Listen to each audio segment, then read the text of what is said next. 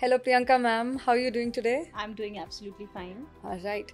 So, considering that you're one of the esteemed alumni of our college, I had a couple of questions to ask you as a current student. Shoot. All right. So, the first question that I have is how would you say that the learnings that you took from the college or from your MBA journey have helped shape your career overall?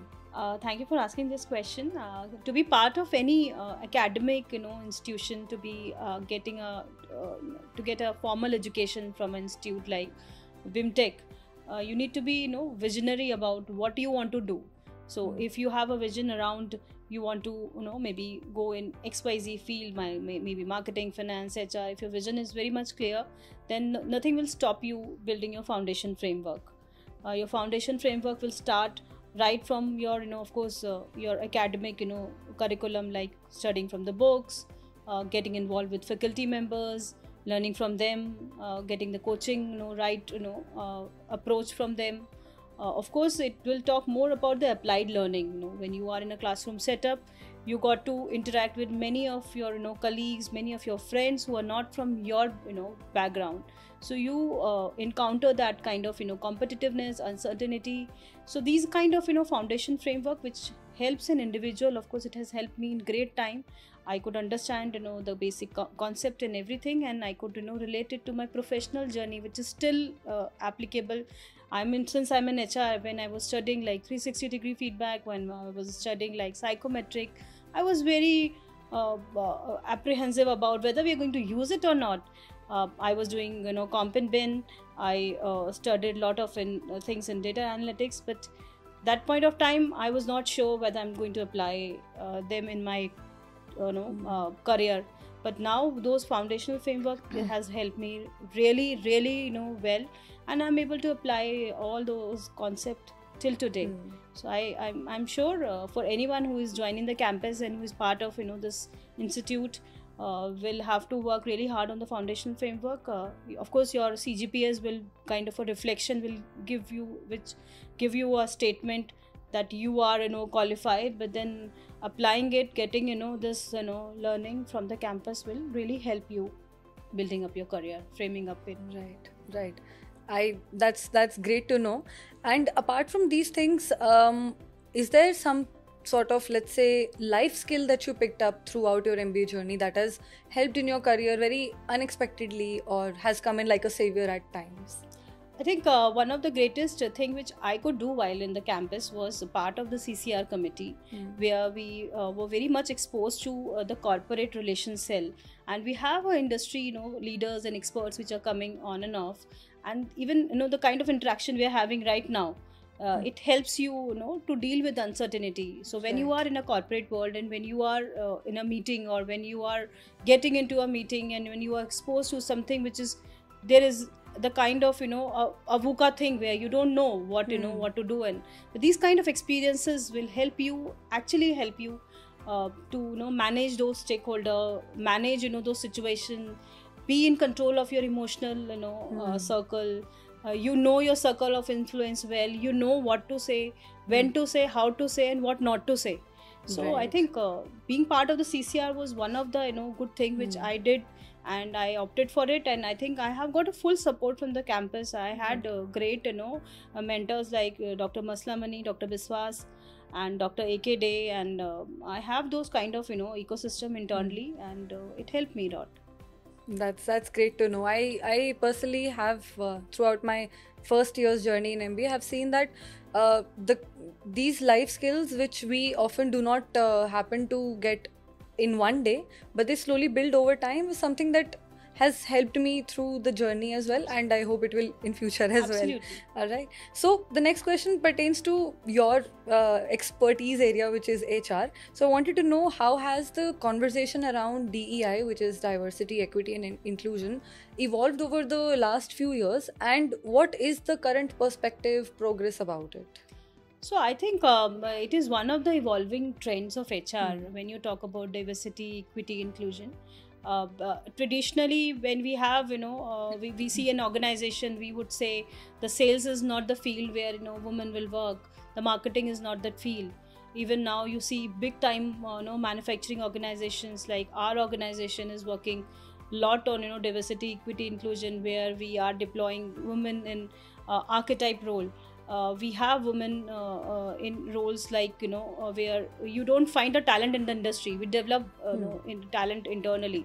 So these kind of focus of an organization where you bring diverse talent, you bring equal gender ratios, you work on your kind of generational diversity, you work on kind of ethnic diversity, and that kind of a team when you build in any organization leads you I think it's there are studies of McKinsey which will tell you that these kind of initiative and organization focus on will definitely going to help you in your top line and creating a business value proposition.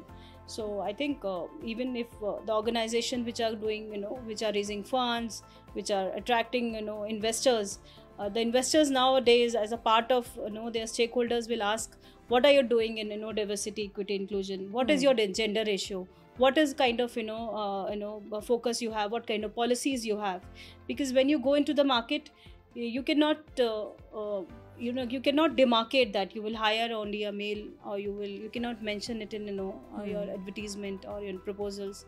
But you need to be open, because then you want a good talent for your organization.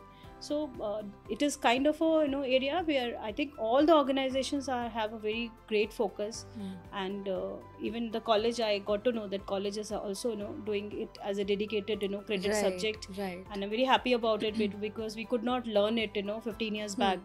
But then I'm sure the college will going to do well, and the kind of talent which will come out from this batch will definitely going to be a kind of a shining batch. Right. So one could also say that it not only helps in bringing in good talent, but also helps in retaining as well, because it impacts the entire culture of the organization as such. Yes, right? Of course, I agree with your statement. Right. If you have an organization where you have a mix of people working together, not it creates a collaboration, it creates a great communication, it creates a great comfort. It brings a lot of allyship also, where your colleagues supports you, and where you also supports them together, you work together. And it's a kind of a fabulous organization which a team you work for. You start from your families, you have a kind of diverse families all the time.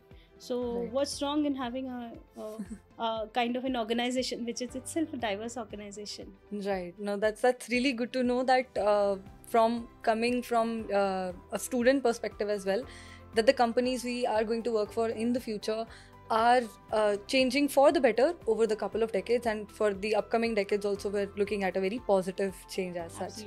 Right. So what advice would you give to students who are currently pursuing MBA, especially the senior batch that is about to sit down for placements, and the upcoming batch as well? I think I always talk about focus. What is your focus? Are you want to are you envisaging something very short term or a long term, and are you doing a kind of a deep work around it? So for the students who are getting placed this year, who are sitting in placement, I think they should focus on the kind of industry they want to go for. And initially it is always good to work for 2 to 3 years. Mr. Murthy also shared today that working for a startup, then you got to work in all the areas. There is no harm in working in a startup. Gone are the eras where you start your career with brands and all. So be open for roles, and stay focused on what is your vision, where you want to work for a maybe longer time. And second thing, for I think for the another batch which has just joined you, I think they are in the safe hands. They will take 1 year to get acclimatized to the environment. Their assimilation will be good. I think I interacted with a lot of your batchmates who got 1 year back. They got transition into the system. For them, the thing is just sit back and relax and focus on your studies and see what attracts you, what something drives you in 1 year of time. So I think 2 things is like, and if you want to collate everything, focus on what is something for you. If you focus on, your friend, is getting, placed in maybe Accenture or Infosys, and you are just sitting, if you focus on your friends will progress. But if you focus on you, you're going to, progress. Right. So what you focus will multiply. So let's focus on something which is, good for us. And I understand that when you are on a campus and it's a competitive world, there's a lot of distractions. Absolutely. And what I can, suggest is your alumni network is doing fantastically well. You have mentorship programs. So let's, start, building, more connects. Attach, a student with an alumni, which you already, have a platform and doing wonderfully, good. So that will help them, in focusing more to the industry, to the career aspirations they must be targeting on. Right. So forge your own lane and water your own grass. Right? Yes, that is good to go. All right. This was a lovely chat. Thank you so much for all your guidance, and I'm pretty sure that our viewers will also appreciate it. Yes. So thank you so much, and hope you have a great stay. And I think one thing we should not forget is, while working in industry or anywhere, you should not forget the humor, which Dr. Rajeev also mentioned. So work on your humor. So at times humor helps you sail through difficult meetings. So work on your humor, and the more lighter you stay, the more higher you fly. Oh, that's a great tip, actually. So thank you so much. Thank you so much. Thank you so much, Priyanka.